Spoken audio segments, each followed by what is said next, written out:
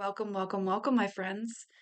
This is Erin Shear of Lifted Spirits, and I'm here to talk about some things today. So grab a seat, grab a drink, open that mind, and let's talk about the current state of our living reality, the worrisome, fearful, panic driven fear propaganda that is just force fed into us every day, which makes life really hard to navigate, makes it hard to stay positive, optimistic, but these are things that we can still do regardless of the current state of the world we're living in.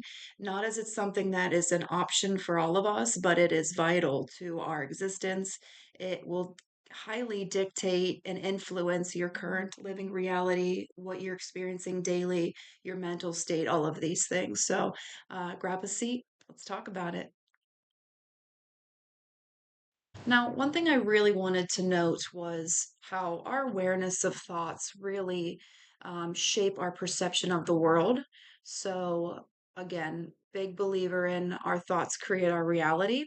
So, worry, panic, all of these things often stem from some sort of mental cycle that spirals. We focus on the worst case scenarios, the negative outcomes, and we often will use experience from the past. So, you do something, you get an outcome, it's not a favorable outcome. The next time you're in that situation, your nervous system already is assuming that it's going to be a similar outcome when it could be exact opposite. It could be something fruitful, encouraging, positive, but we will reach that point and come to an agreement with ourselves from the reality that we've lived, from the experiences that we've had, and from what other people have shown us. So, perception really shapes reality. The way we perceive situations, again, they're influencing from our emotional mental state. And then our thoughts really create sort of a lens for us to see and view the world. That lens, they have the phrase, rose colored glasses. This can be a view of negative perception created by past experiences, created by fear, worry, anxiety, and then that can trigger us into a snowball effect. So that again, snowball effect starts little, keeps rolling, gets bigger and bigger, overwhelming. So with the negative thoughts, once it enters your brain, it often triggers another. Before we know it, we're trapped in a loop, the negative feedback loop. Now, these are things that are set and established from a very, very young age. Again, when we are presented into a situation or a scenario, I believe under the age of 7 or 8, the child's mind can't rationalize and dictate whether this is about me or this is about somebody else. So the child may hear parents yelling at each other, and that child is only in the I, me, my mindset, and it now hears screaming, thinks it does something wrong, it is a bad child, and then that carries into its life.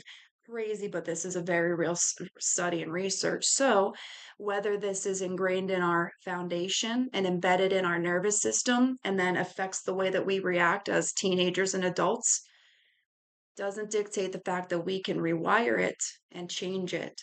Harder process than establishing that negative feedback loop. But as they say, we can break a habit in 30 days, we can make a habit in 30 days. So we can make these better habits. We can reprogram, recondition, restyle, and rewire our brains, our nervous system, and our reaction process. So, um, it's a fabulous thing to know. Yes, we may be broken from something, but we can be fixed, moving in the right direction. I love the beautiful imagery of the Japanese bowls that are broken, and then they shape them and piece them back together, and they'll use glass. Or I'm sorry, they'll use gold paint to seal those cracks, making this beautiful, beautiful piece even more special and unique than it was. So, though we have scars, on our outside and our inside. They are leftover remnants of the past pain, but they do not have to be presently open, seeping, poisoning us. So, with that, bring you to some grounding techniques to help us reframe, recenter, regroup. Um, that that motion that gets set when we're in a state of panic or anxiety or stress or overwhelm, you're thinking the snowball effect, all of the bad things. That's the moment you have to be the observer and stop and pause.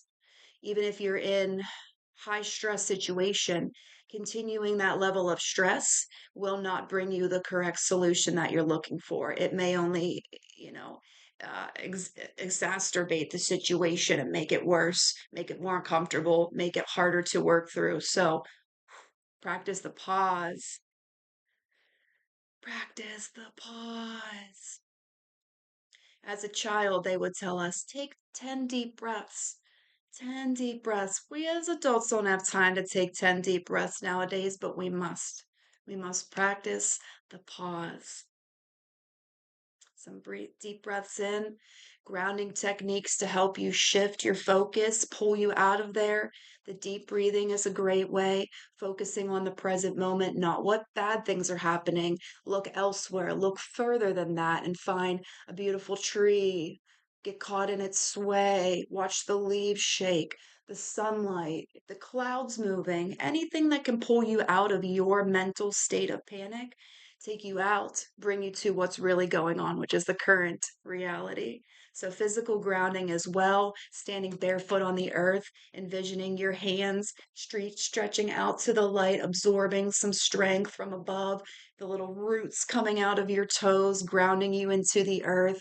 Barefoot is always great because there is a true, real grounding effect from earth when we plant our feet on there. So, go get out in the dirt. Again, regrouping.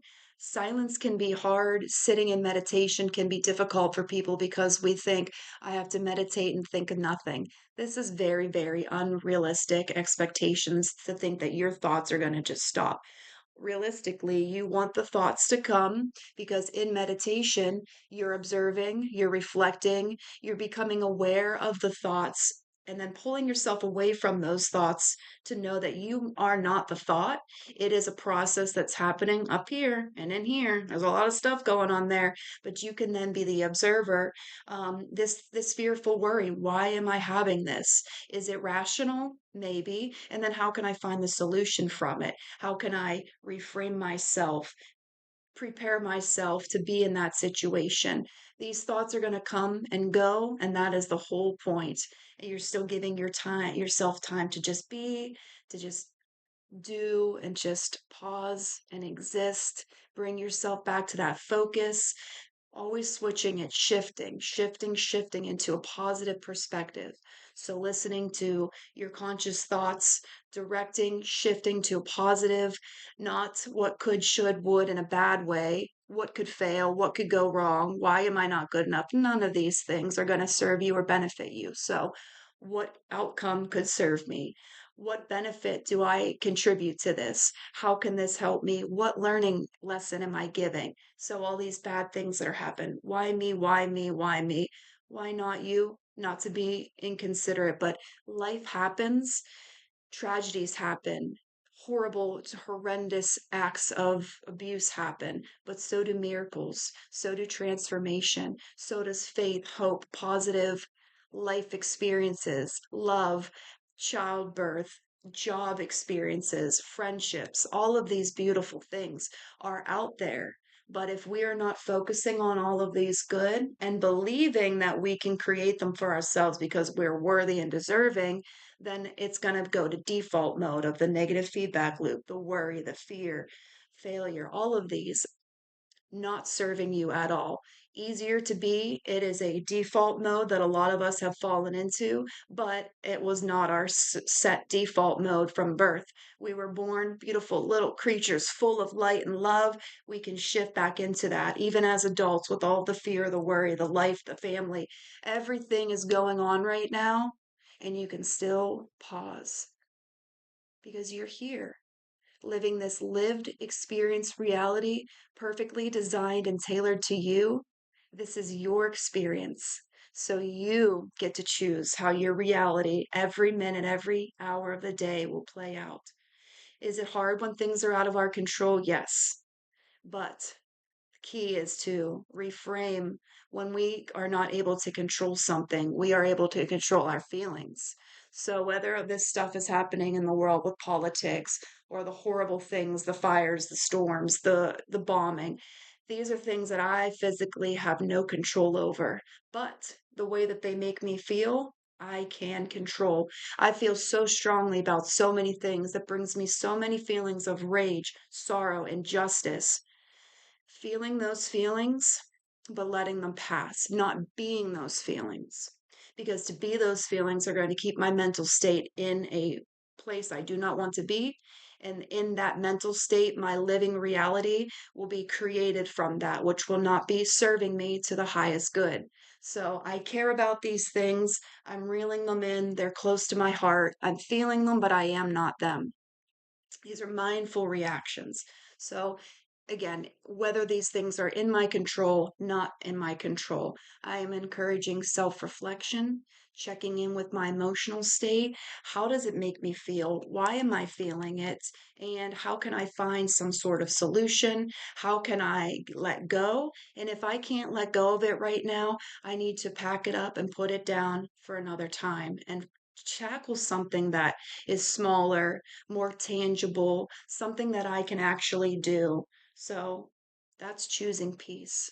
Feels like an easy thing to say, yet we are so attached to those feelings of fear, rage, justice.